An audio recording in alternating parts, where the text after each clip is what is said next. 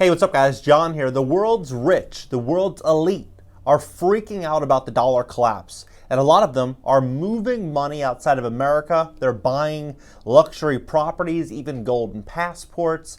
We're seeing countries all over the world de-dollarizing. It's really startling to look at the transformation of what America was just a few years ago compared to what it is today and what this all means for us. It's pretty wild. The dollar dominance is shrinking, and it's the krona and the yuan that are replacing it in its reserves, right? Well, China, their population is 4.35 times the population of America.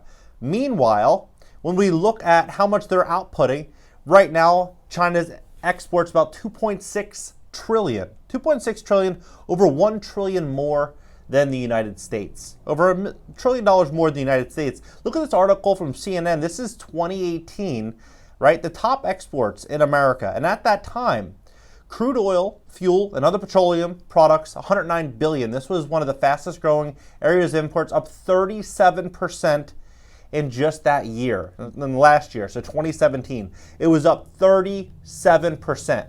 Now what's happening, right? Now we're seeing China almost certainly owns more gold in the US. Here's why that matters. If you thought the West was unprepared for inflation, or indeed Russia, wait and see how unprepared it is for this bombshell. This is the biggest story in world finance, and yet nobody, bar your intrepid blogger, is reporting on it. For those with the attention spans to read all the way to the end, let's cut to the chase, and the main point up front, China has more gold than the United States. Right? You have China, then we have India is now buying a ton of gold, and diversification of forex assets away from the dollar has gained popularity after Russia's invasion of Ukraine invited international sanctions against the former, right? And Russia's gold reserves, this is a very smart lesson for everybody, small, everyday individuals, and large companies, large corporations. We're even seeing Palantir, they're investing in gold. They bought a, I think it's $57 million worth of gold, which to them is very little, but they're starting to move in that direction. And Washington, March 28th, Russia's gold stash has some value for Moscow, though Western sanctions have frozen a chunk of the country's foreign exchange reserves following its invasion of Ukraine. Vladimir Putin's regime has about $140 billion of the yellow metal. $140 billion that is beyond the direct reach of sanctions. Using it can require complicated and risky schemes, but it also makes it difficult to track. So what we're seeing is now we're seeing, these billionaires, the elites, saying, whoa, what's happening in America is concerning. Could this continue to escalate? Could this happen to companies, corporations, individuals, to where they start, pursuing luxury yachts and luxury items? Anything is possible. We're even seeing this right here, which is fascinating. Former CEO, right, was one of the rich elites seeking a golden passport in 2020.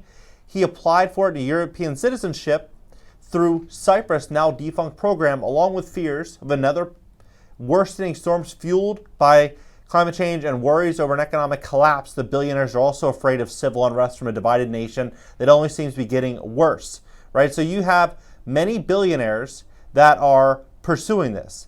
So much so it's up 337%. And they're pursuing places like New Zealand and Portugal and Malta.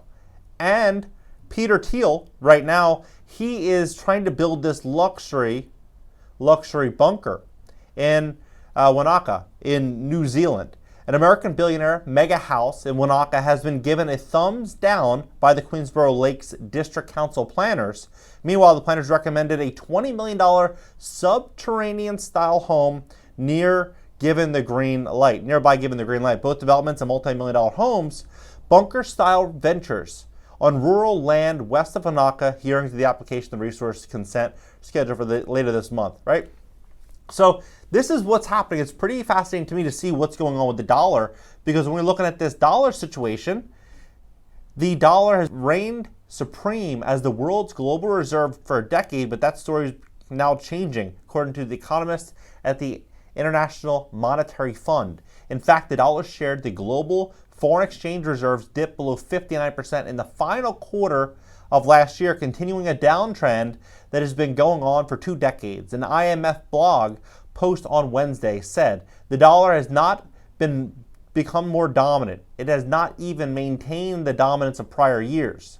This shift away from the dollar is being driven by central banks' interest in non-traditional reserves, including Swedish krona, the South Korean won, and Australian Canadian dollars, the currencies of smaller economies that traditionally haven't been in reserve holders' accounts for 3/4 of this shift away from the dollars, IMF economists said. At the same time, other traditional reserve currencies that have played a large international role, including the euro, yen, and the pound, haven't seen increases at the dollar's expense.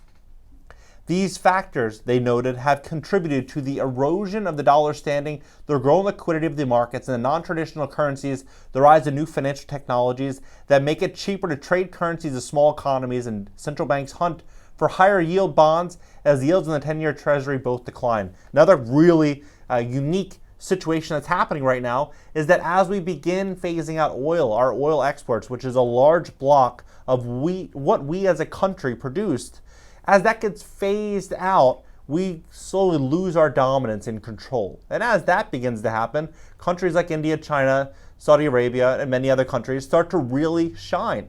And I believe what we are likely going to see happen next is going to be this unique transition away from America being the #1 global superpower. And over the next year, 2 years, 3 years, this power will really start to lean east. And as that begins to happen, so will job opportunities, because corporations are not going to say, hey, we're going to stay here in America. That's not, the leader. We're going to go where the money is. We're going to go where the opportunity is. And that's what I think is exactly going to happen. We're going to start to see more and more opportunity fade away from America. And it's happening rapidly. It is happening so fast. Just over the last 2 years, we've lost an astronomical sum of money, mainly because of the exports that we are now limiting and that we're simply not producing. This dim view of the greenback prospects contradicts more bullish forecast. Morgan Stanley would say this, for instance, recently said that the dollar dominance is here to stay for a very long time, as I completely disagree with that. I think that might be a short-term speed bump, but I think long-term China is going to completely dominate, because they have all the options. Us as Americans, we're losing options. And they go on to say, but in April, the Bank of Israel revealed a new strategy for the element of more than $200 billion of reserves in over a decade. It will expand its holdings to include Canadian and Australian dollars, the Chinese renminbi, and the Japanese yen. The dollar's share of Israel's central bank will subsequently fall from 66.5% to 61% per Bloomberg.